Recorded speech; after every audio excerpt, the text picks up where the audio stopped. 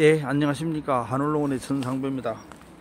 예, 오늘은 여기 지금 현재 저게 가로수로 저 벚나무 잘 보이시죠? 벚나무. 예, 벚나무가 이제 단풍이 들어가지고 빨갛게 변하고 얼마 안 있으면 다 떨어질 겁니다. 여기는 저 도로변입니다. 도로의 가장자리에 심겨진 벚나무인데 잘 보셔봐요. 저 벚나무 같은 경우는 나무가 상당히 크지 않습니까? 그런데 저게 나무가 저렇게 큰 것 같은 경우는 비료나 퇴비나 물이나 이런 거 안 좋습니다. 그냥 가만히 놔둬도 잘 되는 겁니다. 그런데 사람들이 이제 욕심 때문에 전부 다 비료 주고 퇴비 주고 온갖 거 다 하는 겁니다. 이 도로변에 심긴 벚나무. 저 방금 산에는 지금 이제 온갖 나무들이 있는데 아마 침엽수가 많은 거 봅니다. 단풍이 안 들었고, 또 바로 앞에는 배나무가 있습니다.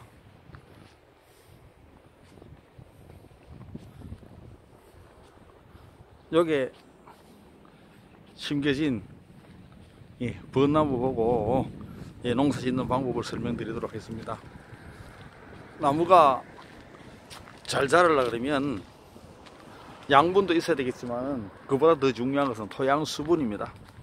토양 수분이 너무 많아도 안 되고 또 너무 적어도 안 되는 겁니다. 그런데 토양 수분이 적당하려 그러면 배수가 잘 되는 땅의 한 20cm, 30cm를 파게 되면 그 속에는 땅이 항상 축축합니다. 그런데 물이 많은 곳을 파게 되면 물이 너무 많아가지고 질벅질벅한 것은 그런 것은 안 되는 겁니다. 그러니까 여기 같은 경우는 냇가니까 저 냇가의 가장자리까지, 냇가 저 바닥까지는 몇 메다가 됩니다. 여기 위에서 몇 메다가 되는데 이 몇 메다가 되는 정도 경사산면을 따라서 빗물이 쫙쫙 빠집니다. 빗물이 쫙쫙 빠진 비가 오더라도. 그러니까 여기에는 뭐 어떤 경우든지 간에 물이 많아서 벚나무가 잘 안 자란다거나 뭐 이런 일이 적을 겁니다.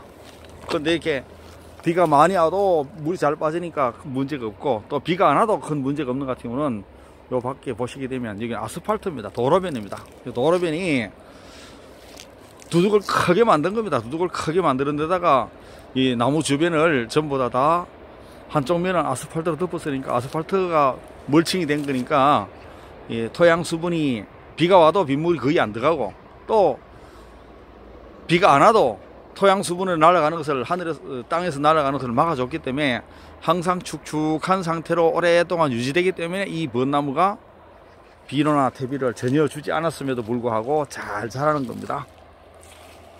그러니까 뿌리는 땅 속은 아주 침수가 되지 않는 적당한 흙이라 그러면 땅 속으로 뿌리가 1m, 2m, 3m 이렇게 내려가야 되는데, 평평한 땅에다가 그냥 심어버리면 땅 속으로 1m 내려갈 일이 없습니다.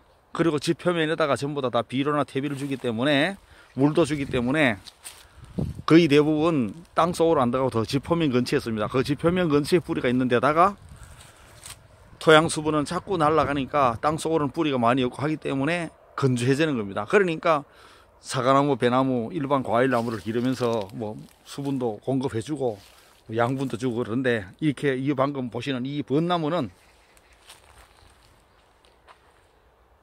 농사 지어가지고 묘목을 가꿀 때는 비료를 설사 좀 줬을지도 모르지만은 여기에 가로수로 이렇게 심기게 되면 아무도 비료 퇴비 안 줍니다.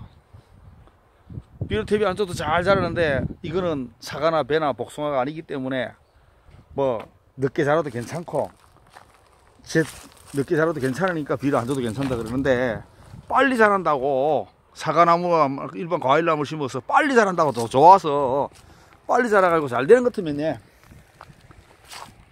같으면 막 주셔도 괜찮습니다.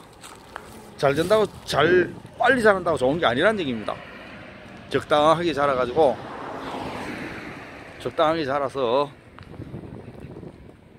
아래 뿌리 부분하고 지상 부위인 나무 위하고가 균형이 맞아야 되는 겁니다. 그 균형이 안 맞으니까 농사를 잘 안 되는 겁니다. 그러니까 보시는 대로 제가 설명드린 데 보셔봐. 이 배나무인데, 이 배나무는 워낙 비료 퇴비를 많이 주니까 봄에 이 위에 올라간 가지들이 많습니다. 도장지가 많습니다. 도장지 이거 너무 많이 나왔으니까 꼭 필요한 거 한두 개만 남겨놓고 다 잘라버려야 됩니다. 그러면 잘라버리게 되면 그나마 그래도 자르고 나서 비료를 또 많이 주니까 또 내년에 가도 이렇게 많이 또 나오는 겁니다. 벚나무 보여드릴게요.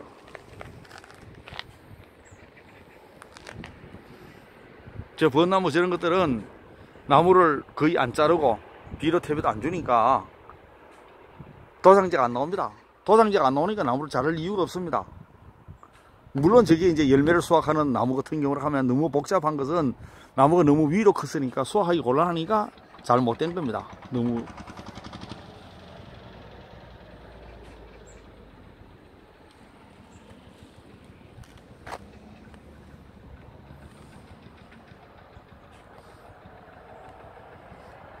보시면서 여기 아스팔트의 도로변에 있는 가로수처럼 나무를 심으면 정말로 좋습니다.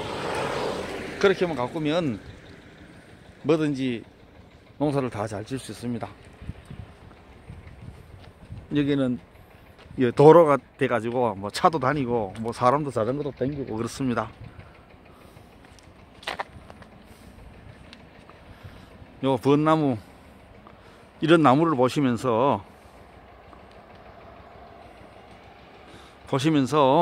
아, 농사를 지으려고 그러면 저렇게 지도 되는구나 라는 걸 생각을 하셔야 되는데 거의 대부분 생각이 없습니다. 아무 생각 없이 그냥 남들이 하는 대로 하고 비료 퇴비 안 주면 농사가 안 된다고 생각하는데 실제로 이렇게 이 가로수처럼 도로변처럼 이렇게 물이 잘 빠지도록 만들어 놓고 그리고 또 수분 증발 못하도록 저 비누로 물칭이라든지 이런 걸 해놓고 나무 심으면 시간만 지내면 1년 안 되면 2년 안 되면 3년 이런 식으로 해가지고 밑에 뿌리는 양이 많고 지상부하고 이렇게 균형이 맞으면 농사가 잘 되는 겁니다.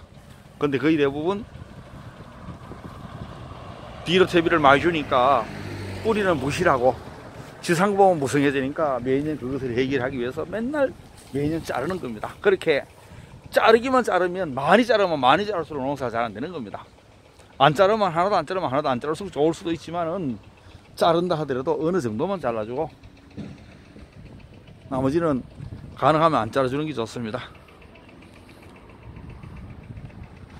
저 방금 벚나무 보셨지만은 벚나무가 만약에 체리나무 같으면 체리나무가 안 달린다 매년 말씀을 그래 많이 합니다.